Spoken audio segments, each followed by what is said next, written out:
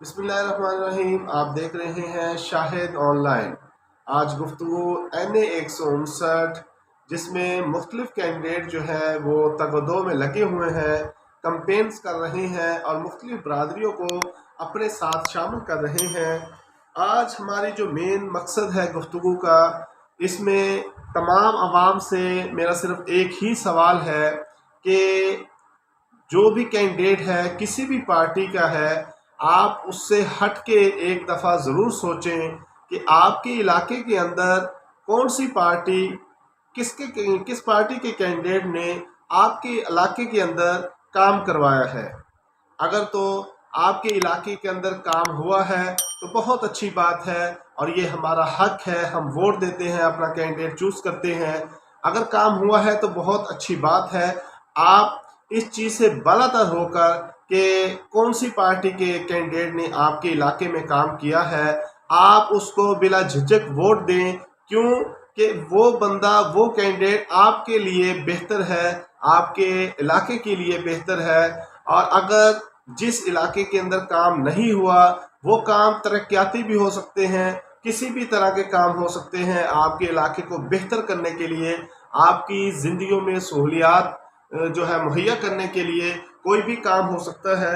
अगर आपके इलाके के अंदर किसी भी कैंडिडेट ने काम किया है तो बहुत अच्छी बात है, आप उसी को वोट दें ताकि दोबारा वो मुंतखब होकर आए और हमारे इलाके के लिए काम करे।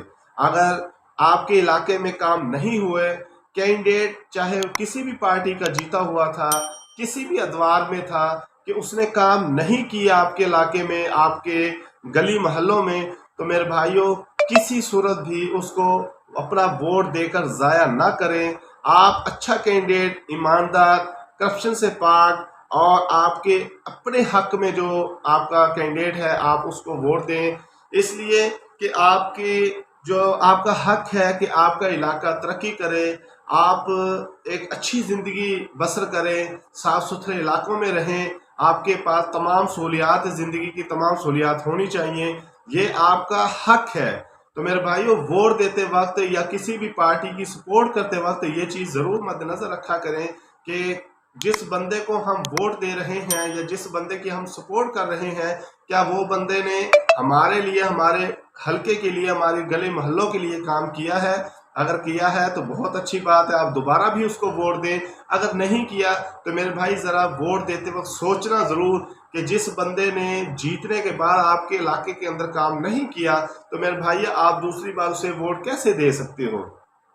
इसलिए NA 159 के अंदर चंद चंद खानदान या चंद घराने ऐसे हैं या चंद कैंडिडेट ऐसे हैं जिनमें जनाब मियाँ माजिद नवाज अराई, जनाब सईद अहमद खान मनीस, जनाब औरंगज़ेब खान खिच्ची और महमूद हयात खान उर्फ टोची खान, ये वो चार कैंडिडेट जो नामी ग्रामी हैं NA 159 में, जो सियासी की समझ बूझ रखते हैं।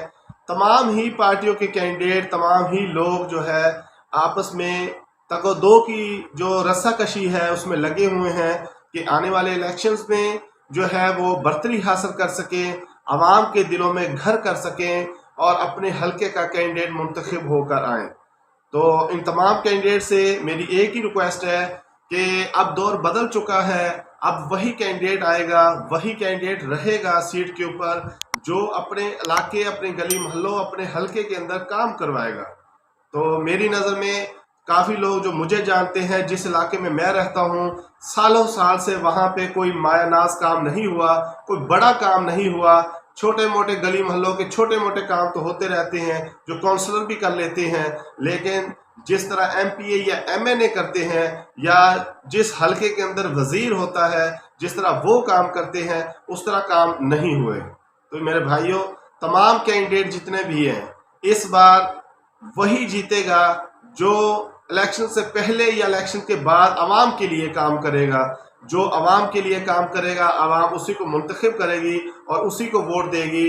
तो मेरे भाइयों, हल्का NA 159 के जितने लोग हैं, जितने मेरे बहन भाई हैं, तमाम मद्देनज़र रखें इस चीज़ को कि अपनी पार्टियों से हटकर उस कैंडिडेट को लेके आएँ जो आपके लिए अच्छा है, आपके हलके के लिए अच्छा है।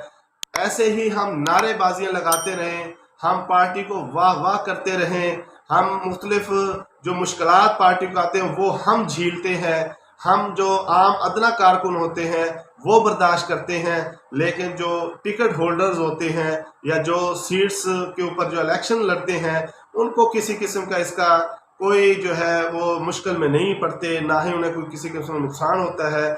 जैसे ही कोई भी इलेक्शंस है, कोई जलसा जुलूस हो, कोई भी हो, तो आम वर्कर सबसे पहले होता है। तो कैंडिडेट को भी चाहिए, जो सरगर्म कैंडिडेट वर्कर होते हैं, हल्के के अंदर आपके सपोर्टर वोटर होते हैं, उनको हमेशा याद रखें, उनको इज्जत दें। आप आवाम को इज्जत देंगे तो आवाम आपको इज्जत देगी। लेकिन बात फिर वही, NA 159 के अंदर अब इलेक्शन वही जीतेगा जो हल्के के अंदर काम करेगा, आवाम का काम करेगा, इज्जत देगा, इलेक्शन जीतने के बाद इज्जत देगा। क्यों? इलेक्शन से पहले तो हर कैंडिडेट एक एक छोटे से अदना से कारकुन के भी घर पहुंचा होता है, चाय पीने के लिए पहुंचा होता है। मजा तब है जब इलेक्शन के बाद, जीतने के बाद शुक्रिया अदा करने के लिए अपने छोटे छोटे वर्करों के पास, अपनी गली मोहल्लों के पास, मोहल्लों में आए और शुक्रिया अदा करें। और उसके साथ साथ जो वादे इलेक्शंस में आप करते हैं वो वादे पूरे करें, ताकि आने वाले इलेक्शन में आपको वो मेहनत ना करनी पड़े जो एक आम कैंडिडेट को करनी पड़ती है।